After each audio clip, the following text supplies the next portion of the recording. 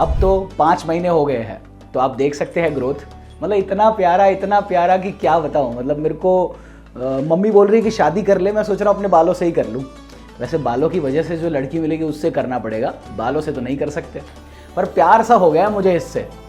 इसके साथ क्या हुआ, ये 5 महीने मेरे कैसे गुजरे। 5 महीनों में भाई साहब पहले 3 महीने तो ऐसे थे कि मेरे को मन करा था कहाँ जाके मुंह छुपाऊं। मतलब ट्रीटमेंट से पहले भी इतना गंदा नहीं लग रहा था मेरा हेयर स्टाइल जितना ट्रीटमेंट के बाद लगने लगा था। पर फिर समझ आया, तो हमारी ये जो परिस्थिति थी इसमें बाल एकदम नए बच्चे की तरह थे। अब उस परिस्थिति में मेरा सर पूरा नग्न था, पर मुझे शर्म आ रही थी क्योंकि ऐसा मैंने कभी अपने बारे में सोचा भी नहीं कि मैं ऐसा दिखूंगा।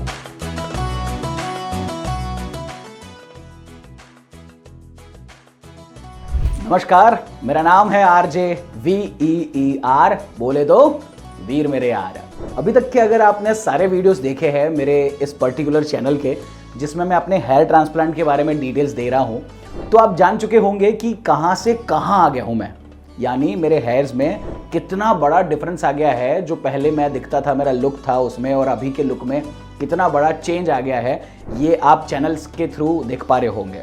अगर आपने नहीं देखा है तो मैं चाहूँगा कि आप और एक बार जाइए, पहले बाकी के पिछले वीडियो देखिए ताकि आप अभी के रिजल्ट को एकदम ठीक से समझ पाए। इसके साथ क्या हुआ, ये 5 महीने मेरे कैसे गुजरे।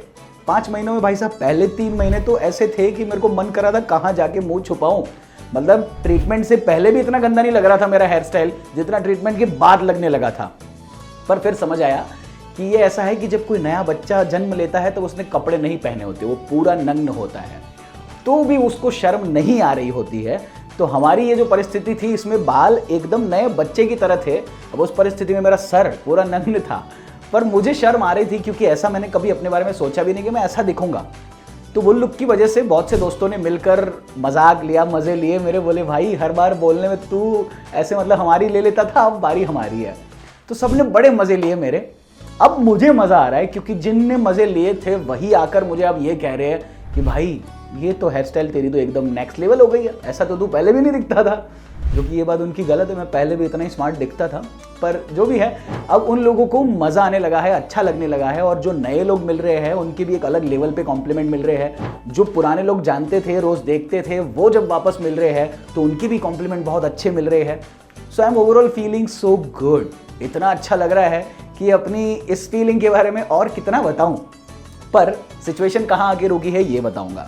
सबसे पहले आपको ये जानना होगा कि वीर भाई ये बताओ, डॉक्टर साहब ने दवाइयाँ बंद करवाई या अभी भी दवाइयाँ लेते जा रहे हो दिन रात?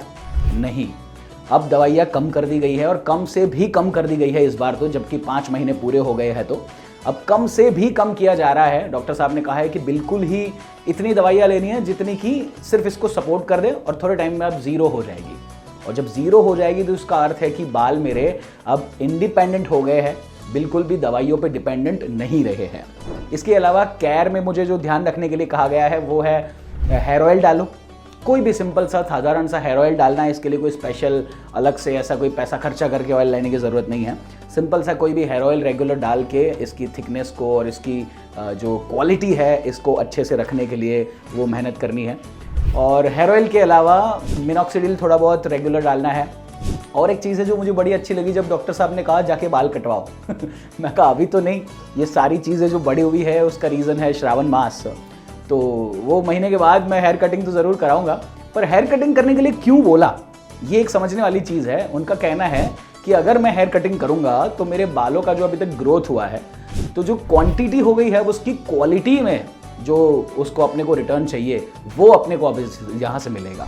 तो हेयर कटिंग करने से अपने बालों की क्वालिटी बढ़ेगी, बाल और मोटे और थिक हो जाएंगे। कितनी अच्छी बात है ना। मतलब जाओ हेयर स्टाइल कराओ, बाल के मतलब थिकनेस भी बढ़ाओ।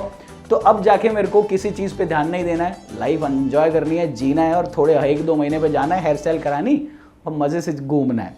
तो आपने अगर, मैं चाहूँगा कि अभी तक की मेरी जर्नी नहीं देखी है, पर्टिकुलरली हेयर ट्रांसप्लांट की जर्नी, मैं अपनी लाइफ की जर्नी की बात नहीं कर रहा, वो देखने जाओगे तो आपकी भी एक लाइफ खत्म हो जाएगी।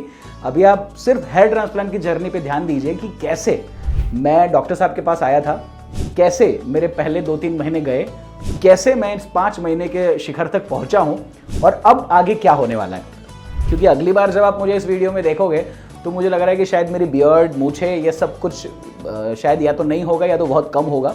और मेरे जो सर पे है वो हेयर स्टाइल होगी, अभी तो हेयर्स है, बाद में हेयर स्टाइल होगी।